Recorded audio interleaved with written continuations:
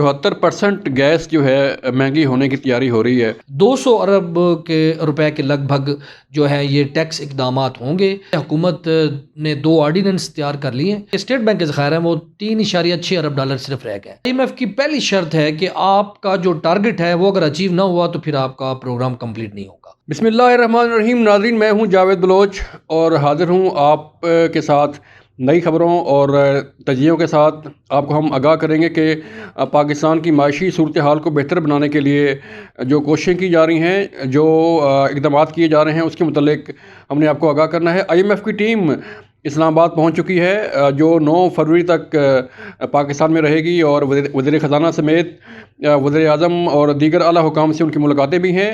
اصل میں یہ IMF ٹیم اس لیے یہاں پہنچی ہے معاشی صورتحال کو بہتر بنانے کے لیے. اس کے متعلق جو ہے وہ ایک جائزہ رپورٹ تیار ہونی ہے، جس کے بعد IMF کی قسط پاکستان کو ملے گی اور پاکستان کی معاشی صورتحال بہتر بنانے کے لیے مزید اقدامات آگے بڑھیں گے. ہمارے ساتھ موجود ہیں آج اسلام آباد کے سینئر صحافی، سینئر تجزیہ کار ریاض تھیم صاحب، جن کی بڑی گہری نظر ہے پاکستانی معیشت پر، IMF کی صورتحال پر ان کی بڑی گہری نظر ہے. وہ اس کو رپورٹ بھی کر رہے ہیں، اس کی کوریج بھی کر رہے ہیں. ان سے جانتے ہیں. ریاض تھیم صاحب، شکریہ آپ کے وقت کا. بتائیے IMF کی ٹیم کیوں پہنچی ہے اسلام آباد، اور اس کے کیا مقاصد کیا ہیں، اس کا فائدہ کیا ہوگا پاکستان کو؟ بسم اللہ الرحمن الرحیم. دیکھیں جی، جو اس وقت پاکستان کی معاشی صورتحال ہے اس پر پورے پاکستان میں، پورے ملک میں یہ ایک تاثر ہے کہ پاکستان کی معیشت دیوالیہ ہونے جا رہی ہے. اس حوالے سے جو حکومت نے اپنی جو درخواست کی تھی پرائم منسٹر نے IMF کی MD سے کہ وہ اپنا ڈیلیگیشن بھیجیں، کیونکہ 3 نومبر سے یہ ایک زیر التوا آ رہا ہے معاملہ، اور ان کی ٹیم پاکستان نہیں آ رہی تھی.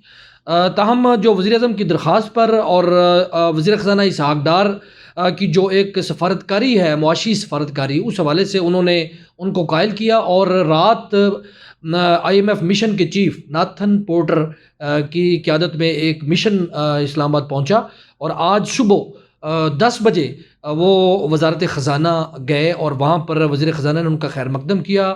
ابتدائی جو مذاکرات ہیں اس میں IMF کو بریفنگ دی گئی کہ اس وقت پاکستان کی صورتحال کیا ہے، ہمیں کن مشکلات کا سامنا ہے، اور وزیر خزانہ نے انہیں بتایا کہ ہم نے اقتصادی اصلاحات کا عمل جاری رکھا ہوا ہے، اور کوشش کر رہے ہیں کہ ہم IMF پروگرام مکمل کریں، اور ہمارا یہ عہد ہے کہ یہ پروگرام کامیابی سے مکمل ہو.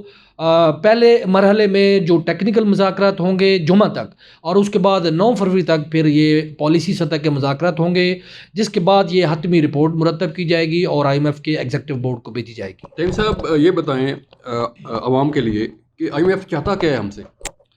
جی، IMF صرف پاکستان میں جو لیکیج ہو رہی ہے ٹیکسیشن کی، اور جو ہمارے معاشی اشاریے جو اس وقت بالکل گر رہے ہیں نیچے، جیسے ڈالر کی آپ پرواز دیکھ رہے ہیں کہ وہ پچھلے دنوں میں 40-50 جو روپے ہے وہ بڑھا ہے، آج 4 روپے اور کچھ پیسے وہ کم ہوا ہے. اس کی وجہ یہی ہے کہ IMF کے پاکستان آنے کی جو خبر ہے اس کے اثرات سامنے آئے ہیں ڈالر کی مارکیٹ پہ، ایکسچینج کی، اور جس سے ڈالر کم ہوا ہے. ان کا مقصد یہ ہے کہ آپ اپنا مالیاتی نظم و نسق بہتر کریں. اس میں نظم و نسق میں کیا ہے؟ بجٹ خسارہ جو آپ کا وہ کم کریں، آپ کے گورنمنٹ کے جو اخراجات ہیں وہ کم کریں، غیر ضروری جو آپ سبسڈی دے رہے ہیں بجلی پہ، گیس پہ، وہ ختم کریں، پیٹرولیم مصنوعات پہ سبسڈی دی جا رہی ہے وہ ختم کریں، اور اس کے ساتھ ساتھ اپنے زر مبادلہ کے ذخائر ٹھیک کریں، اور سر کو ڈیٹ پر کنٹرول کرنے کی کوشش کریں. اس کا مطلب یہ ہوا کہ اگر آپ پیٹرول آپ کو کاسٹ کر رہا ہے 300 یا 250، اور آپ اس کو سبسڈی دے کے بیچیں گے عوام کو 200 روپے میں، تو وہ اس کا جو بوجھ ہے وہ پڑے گا قومی خزانے پہ.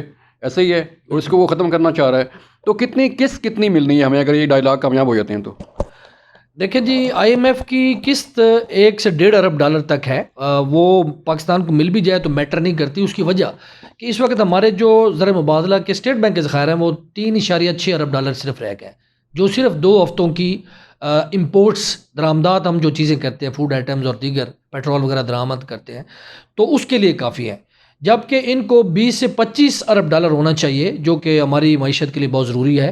1.5 ارب ڈالر سے کچھ نہیں ہوگا. پوری دنیا میں جو سعودی عرب ہے، ہمارے دوست ممالک ہیں، ورلڈ بینک ہے، ایشیا ترقیاتی بینک ہے، اسلامی ترقیاتی بینک ہے اور دیگر جتنے بھی مالیاتی ادارے ہیں اور ہمارے جو دوست ممالک ہیں، ان کی جو قرض ہے وہ لنکڈ ہے آئی ایم ایف کے ساتھ۔ آئی ایم ایف ایک ضمانتی ایک بینک ہے پوری دنیا میں، جس کا میسج مارکیٹ میں جاتا ہے کہ پاکستان کی جو صورتحال ہے وہ اس قابل ہے کہ آئی ایم ایف اس کو کلیئر کر رہا ہے، تو ہم بھی ہمارا قرض بھی یہاں ڈوبے گا نہیں۔ ٹھیک ہے، اس کا مطلب یہ ہوا کہ اگر آئی ایم ایف کی قسط میں ملتی ہے تو پھر ہمیں جو ہے باقی جو ڈونر ایجنسیز ہیں، جو جنوا کانفرنس ہوئی تھی، جو وعدے ہوئے تھے پاکستان کو 9.5 بلینز کے، وہی تب بھی ملیں گے؟ جو سابق حکومت نے جو پروگرام سائن کیا تھا آئی ایم ایف کے ساتھ مذاکرات کے حوالے سے، اس میں کچھ انہوں نے ایسے اقدامات کیے جس سے وہ پروگرام معطل ہو گیا، اور پھر نئی گورنمنٹ آئی، یہ پی ڈی ایم کی حکومت، انہوں نے ان کے ساتھ اپنا مذاکرات کیے اور ان کو قائل کیا۔ مفتاح اسماعیل وزیر خزانہ تھے، انہوں نے پیٹرولیم مصنوعات کی قیمتوں میں اضافہ کیا، بجلی مہنگی کی گئی۔ بیسیکلی وہ ریونیو شارٹیج تھی، وہ کہہ رہے تھے کہ آپ اپنا ریونیو بہتر کریں، آپ کی انکم بہتر ہوگی تو پھر اس کے بعد ہی آپ کہیں وہ کر سکیں، خرچ کر سکیں گے۔ اس کا مطلب یہ ہوا کہ اگر آئی ایم ایف کی قسط بحال ہوتی ہے تو پھر ہمیں بجلی مہنگی کرنی پڑے گی، گیس مہنگی کرنی پڑے گی، اور جو بجٹ خسارہ ہے وہ کم کرنا پڑے گا، کرنٹ خسارہ جو ہے وہ کم کرنا پڑے گا۔ اور ناظرین، اس کے ساتھ ساتھ جو منی بجٹ کی خبریں آ رہی ہیں کہ منی بجٹ تیار ہو رہا ہے، نارملی جو ہے وہ جون میں اینول بجٹ پیش کیا جاتا ہے، پاکستان کا بجٹ جون میں ہوتا ہے، لیکن لگ رہا ہے کہ شاید کوئی گورنمنٹ منی بجٹ پیش کرنے جا رہی ہے۔ یہ منی بجٹ کیا ہے، اس پر بھی بات کرتے ہیں ریاض تھیم صاحب سے۔ ریاض تھیم صاحب، جو منی بجٹ ہے کب تک یہ پیش ہو رہا ہے، اور کیا اب تک کی اطلاعات ہیں کہ اس میں کیا کوئی ٹیکس ریفارمز ہونے جا رہی ہیں، نئے ٹیکس لگنے جا رہے ہیں، کیا ہو رہا ہے؟ دیکھیں جی، منی بجٹ کا مقصد یہ ہے کہ اس وقت ایف بی آر کو جو ٹارگٹ دیا گیا تھا ریونیو کا، وہ 7,440 ارب روپے سالانہ ہے، اس میں 270 یا 300 ارب روپے کے لگ بھگ شارٹ فال ہے۔ تو یہ آئی ایم ایف کی پہلی شرط ہے کہ آپ کا جو ٹارگٹ ہے وہ اگر اچیو نہ ہوا تو پھر آپ کا پروگرام کمپلیٹ نہیں ہوگا۔ تو اس لیے منی بجٹ کا جو ہے وہ تیاری کی جا رہی ہے، اور اس میں انہوں نے اس کا مسودہ تیار کر لیا ہے۔ ہمارے ذرائع کا کہنا ہے کہ اس کے لیے حکومت نے 2 آرڈیننس تیار کر لیے ہیں، اور اس میں تمام ٹیکسیشن ہوگی، جس میں فلڈ لیوی ہے، بینکنگ سیکٹر پہ کارپوریٹ ونڈ فال ٹیکس ہے، اور جو لگژری آئٹم ہیں ان پر جو ٹیکس لگائے جا رہے ہیں، اور یہ تقریباً 200 ارب کے روپے کے لگ بھگ جو ہے یہ ٹیکس اقدامات ہوں گے جو منی بجٹ کے ذریعے عوام پر نافذ کیے جائیں گے۔ اور اس کی یہ جو مسودہ یہ آخری مراحل میں ہے، اور آئی ایم ایف کو یہی بتایا جائے گا ان کے مذاکرات کے دوران کہ جناب ہم یہ تمام جو ریونیو شارٹ فال ہے وہ ہم پورا کر رہے ہیں۔ اس کے ساتھ دیگر جو شرائط ہیں، بجلی مہنگی کرنے کی، گیس مہنگی کیونکہ پینڈنگ ہے، 2-3 سال سے ہم نے گیس نہیں، اور سستی گیس لوگوں کو دے رہے ہیں، ان کی پرائسز جو ہیں وہ اس وقت شارٹ فال ہے۔ سوئی ناردرن گیس کمپنی کا، سوئی سدرن گیس کمپنی کا، ان کا شارٹ فال ہے اور ان کے ریونیو پورے نہیں ہو رہے، لاسز ہو رہے ہیں۔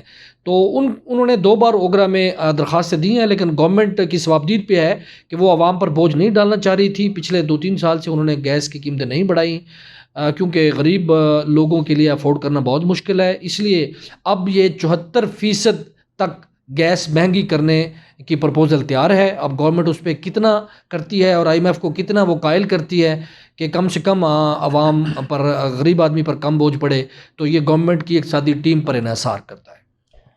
بالکل ناظرین، 74% گیس جو ہے مہنگی ہونے کی تیاری ہو رہی ہے، اور منی بجٹ جو ہے وہ تیار ہے، اور اس کے متعلق آئی ایم ایف کو آگاہ کیا جائے گا۔ لیکن اہم بات یہ ہے ناظرین کہ اقدامات جو بھی ہوں، مہنگائی کی جو بوجھ ہے وہ عوام پر پڑے گا۔ بجلی مہنگی ہوگی تو بوجھ عوام پر پڑے گا، گیس مہنگی ہوگی تو بوجھ عوام پر پڑے گا، پیٹرول مہنگا ہوگا تو بوجھ عوام پر پڑے گا۔ لیکن اس کے ساتھ ساتھ عام آدمی کی تنخواہ بڑھانے کے حوالے سے، عام آدمی کی آمدن بڑھانے کے حوالے سے کوئی اقدامات نظر نہیں آ رہے۔ اسحاق ڈار صاحب کو، وزیر اعظم صاحب کو اس پر بھی توجہ دینی چاہیے کہ مہنگائی اگر 30% یا 40% جو ہے بڑھ گئی ہے، تو اس سے عام آدمی جس کی سیلری 50,000 ہے، جس کی سیلری 20,000 ہے، جس کی سیلری 15,000 ہے، تو وہ آدمی کیسے گزارا کرے گا؟ آئی ایم ایف آئے نہ آئے، منی بجٹ پیش ہو نہ ہو، لیکن عام آدمی کی زندگی کیسے بہتر بنائی جا سکتی ہے، اس پر توجہ دینے کی ضرورت ہے۔ اپنا خیال رکھیے گا۔ اللہ حافظ۔